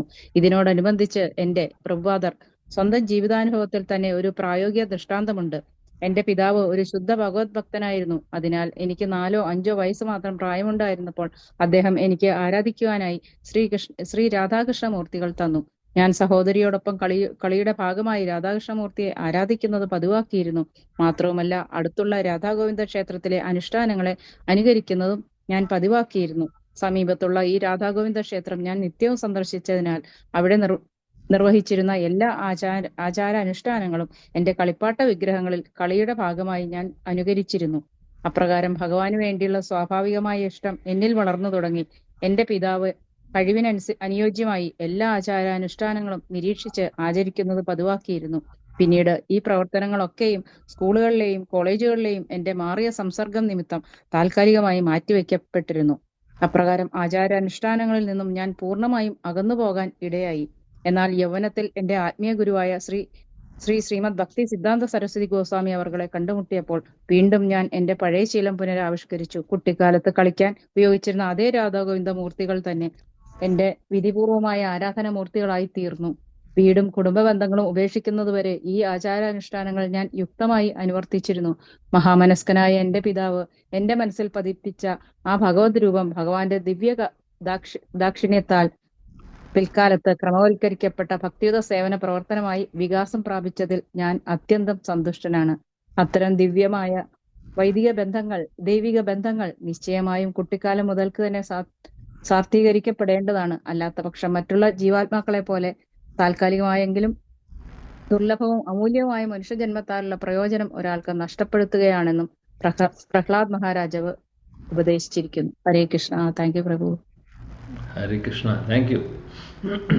അതിമനോഹരമായിട്ടുള്ള പർപ്പോട്ട്.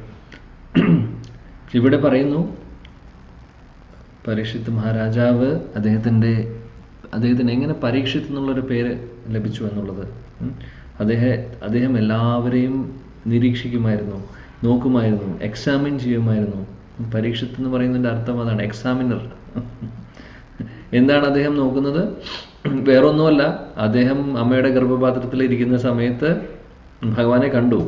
ആ വ്യക്തിയാണ് നോക്കുന്നത്. അദ്ദേഹം പുറത്ത് വന്നതിന് ശേഷം എല്ലാവരെയും, ഓരോ ആളുകളെയും നോക്കി ഇദ്ദേഹമാണോ ഞാൻ കണ്ടത്, ഇദ്ദേഹമാണോ ഞാൻ കണ്ടത് എന്ന് അദ്ദേഹം നിരീക്ഷിക്കുമായിരുന്നു. അതുകൊണ്ട് ഓരോ നിമിഷവും പരീക്ഷിത്ത് മഹാരാജാവ് ഭഗവാനെ ഓർക്കുമായിരുന്നു. അതാണ് പറയുന്നത് ഇവിടെ. ശില പ്രഭുപാദി ഭാവാർത്ഥത്തിൽ പറയുന്നു, പരീക്ഷിത്ത് മഹാരാജാവിനെ പോലെ അങ്ങനെ ഒരു അവസരം വേറെ ആർക്ക് കിട്ടാനാണ്? ഗർഭപാത്രത്തിൽ വെച്ച് തന്നെ അദ്ദേഹം കാണുന്നു. അപ്പോൾ അവിടെ വെച്ച് കണ്ടപ്പോൾ ഭഗവാന്റെ ആ രൂപം അദ്ദേഹത്തിന് ഹൃദയത്തിൽ ഓൾറെഡി പതിഞ്ഞു കഴിഞ്ഞിരുന്നു. അതുകൊണ്ട് അദ്ദേഹം പുറത്ത് വന്നതിന് ശേഷവും, ജനിച്ചതിന് ശേഷവും അദ്ദേഹം ഇതായിരുന്നു നോക്കുന്നത്, ആ വ്യക്തിയെ, ഞാൻ അവിടെ വെച്ച് കണ്ട വ്യക്തി ആരാണോ എന്നുള്ളത്, ആ വ്യക്തി ഇനി എനിക്ക് കാണാൻ സാധിക്കുമോ. അപ്പോൾ ഓരോ ആളുകളെ കാണുമ്പോഴും അദ്ദേഹം ഓർക്കും. അപ്പോൾ പറയുന്നത് ഇവിടെ ശിലപ്രഭാജി പറയുന്നു, ഓരോ നിമിഷവും പരീക്ഷിത് മഹാരാജാവ് ഇത് ചിന്തിക്കുമായിരുന്നു, ഭഗവാനെ കുറിച്ച് ചിന്തിക്കുമായിരുന്നു. കാര്യം ആ ഭഗവാനാണോ ഇത്, ഞാൻ കണ്ട വ്യക്തിയാണോ എന്ന് നോക്കാൻ വേണ്ടി. അപ്പോൾ അതുകൊണ്ട് സദാസമയം അദ്ദേഹം ഭഗവാനെ ഓർത്തുകൊണ്ടിരിക്കുമായിരുന്നു.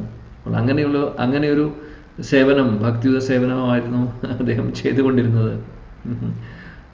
അദ്ദേഹത്തിൻ്റെ ആ ജീവിതകാലം മുഴുവനും ഭഗവാനെ സദാസമയം ഓർത്തുകൊണ്ടിരിക്കുമായിരുന്നു. ശില ജീവഗോസ്വാമി ഈ ഒരു സന്ദർഭത്തിൽ അദ്ദേഹത്തിൻ്റെ ഭാവാർത്ഥത്തിൽ പറയുന്നുണ്ട്. ശിലപ്രഭാജിയോട് പറയുന്നു, അതായത് പരീക്ഷിത്ത് മഹാരാജാവിനെ പോലെ എല്ലാവർക്കും ചിലപ്പോൾ ഒരുപക്ഷെ അവസരം കിട്ടിക്കൊള്ളുന്നില്ല എങ്ങനെ ഗർഭപാത്രത്തിൽ ഇരുന്ന് കാണാൻ. എന്നാൽ അതേപോലെ ചെറിയ കുട്ടിയായിരിക്കുമ്പോൾ തന്നെ ഭഗവാനെക്കുറിച്ചുള്ള കാര്യങ്ങൾ, ഇങ്ങനെ ഭക്തിയുത സേവനവുമായിട്ട് സംബന്ധിച്ചുള്ള ഭക്തിപരമായിട്ടുള്ള കാര്യങ്ങൾ കുട്ടികളുടെ ഉള്ളിലേക്ക് ആ ഒരു ഇംപ്രഷൻ കൊടുക്കാൻ നമ്മൾ ശ്രമിച്ചു കഴിഞ്ഞു കഴിഞ്ഞാൽ ഭാവിയിൽ ആ കുട്ടികളൊക്കെ മഹാരാജ് പരീക്ഷിത്തിനെ പോലെ ശുദ്ധ ഭക്തരായി മാറും എന്നാണ് പറയുന്നത്. ഇത് സത്യമാണ്. ഇത് തന്നെയാണ് പ്രഹ്ലാദ് മഹാരാജും പറഞ്ഞിട്ടുള്ളത്. കൗമാരം ആചരിത് പ്രാജ്ഞോ ധർമാൻ ഭാഗവതാനിഹ ദുർലഭം മാനുഷം ജന്മം. അല്ലേ, കൗമാരപ്രായത്തിൽ തന്നെ തുടങ്ങണമെന്ന് പ്രഹ്ലാദ് മഹാരാജാവ് പറഞ്ഞിട്ടുണ്ട്. ഇവിടെ ശില ജീവഗോസ്വാമി ഓരോ രക്ഷിതാക്കളോടും നിർദ്ദേശിക്കുകയാണ് ചെയ്യുന്നത്. അവരവരുടെ കുട്ടികളെ ചെറുപ്പം മുതലേ ഭക്തിയുത സേവനങ്ങളിലേക്ക് ട്രെയിനിങ് അവർക്ക് കൊടുത്ത് ആ ഒരു ഇംപ്രഷൻ, അവർക്ക് അതിലുള്ള ഒരു താല്പര്യം വന്നു കഴിഞ്ഞാൽ പിന്നെ രക്ഷപ്പെട്ടു.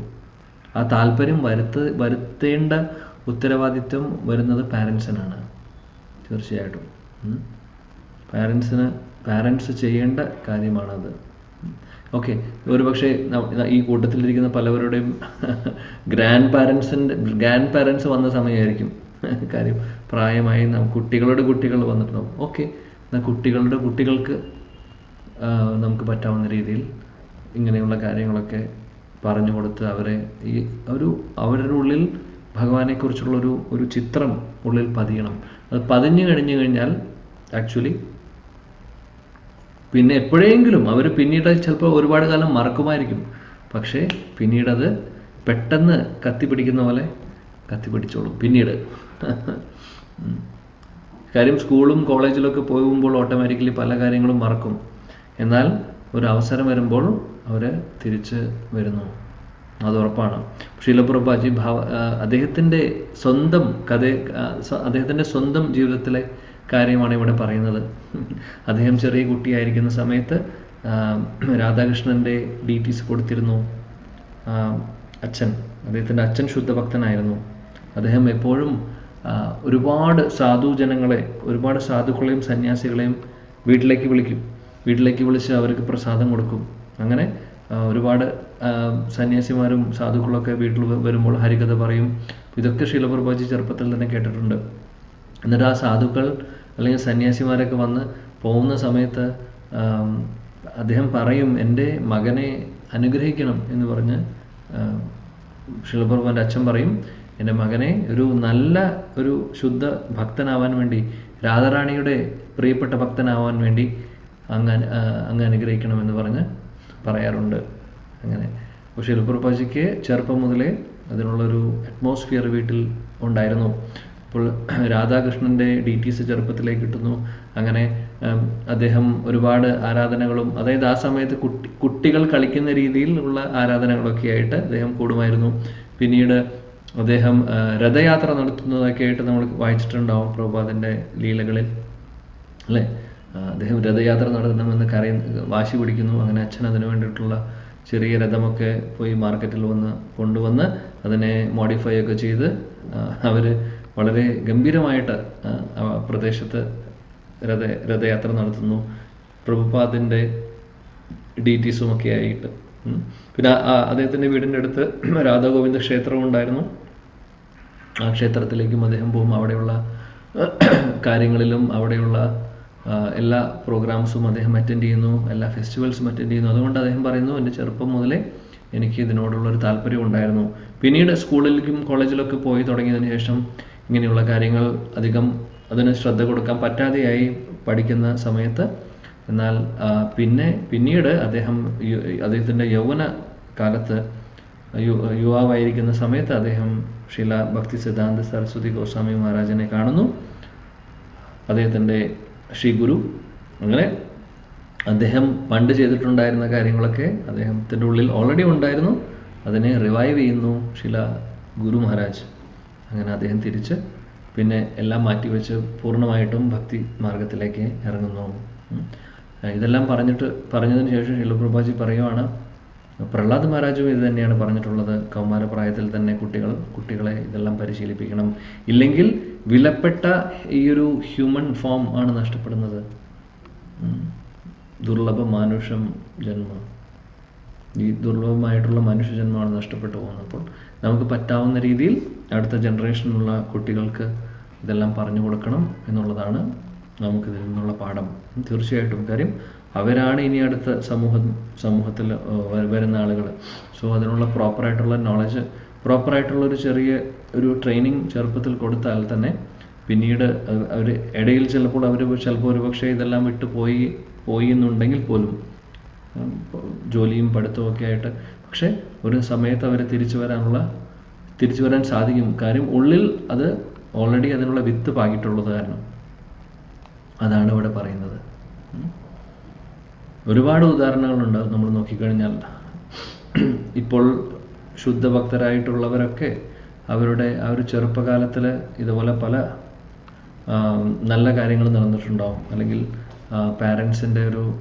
പാരൻസ് ചെയ്യുന്നത് കണ്ട് പഠിച്ചിട്ടോ, അല്ലെങ്കിൽ അവർ ഇങ്ങനെയുള്ള കാര്യങ്ങൾ, ഭക്തിപരമായിട്ടുള്ള കാര്യങ്ങളിൽ എൻകറേജ്മെൻറ്റ് കൊടുത്തിട്ടോ ചെറുപ്പത്തിൽ വളർത്തിയിട്ടുണ്ടാവും. അപ്പോൾ അത് പിന്നീട് അവർ വളർന്ന് പിന്നെ ചിലപ്പോൾ ഒരുപാട് കാലം കഴിഞ്ഞിട്ടായിരിക്കും അത് തിരിച്ചു വരുന്നത്, ആ ഒരു പ്രോപ്പറായിട്ട് മനസ്സിലാക്കിക്കൊണ്ട് തിരിച്ചു വരുന്നത്. പക്ഷേ ഇത് സത്യമായിട്ടുള്ളൊരു കാര്യമാണ്. ഇപ്പോൾ പറ്റുന്ന പോലെ നമ്മുടെ കുട്ടികൾക്കോ ആർക്കാണോ നമുക്ക് ഈ ഒരു കാര്യങ്ങൾ പറഞ്ഞു കൊടുക്കാൻ സാധിക്കുന്നത് അവർക്ക് പറഞ്ഞു കൊടുക്കുക. ഓക്കെ, ഹരേ കൃഷ്ണ. സോ നമ്മളിവിടെ അവസാനിപ്പിക്കുന്നു. അടുത്ത ക്ലാസ്സിൽ ബാക്കിയുള്ളത് നോക്കാം. ग्रंथराज श्रीमद् भागवतम की जय, जगद्गुरु श्रीला प्रभुपाद की जय, गौड़ीय गुरु वृंद की जय, निताय गौर प्रेमानंदे। वंशाकल्पतरुभ्यश्च कृपा सिन्धुभ्येव च पतितानां पावनेभ्यो वैष्णवेभ्यो नमो नमः. Hare Krishna. Thank you very much.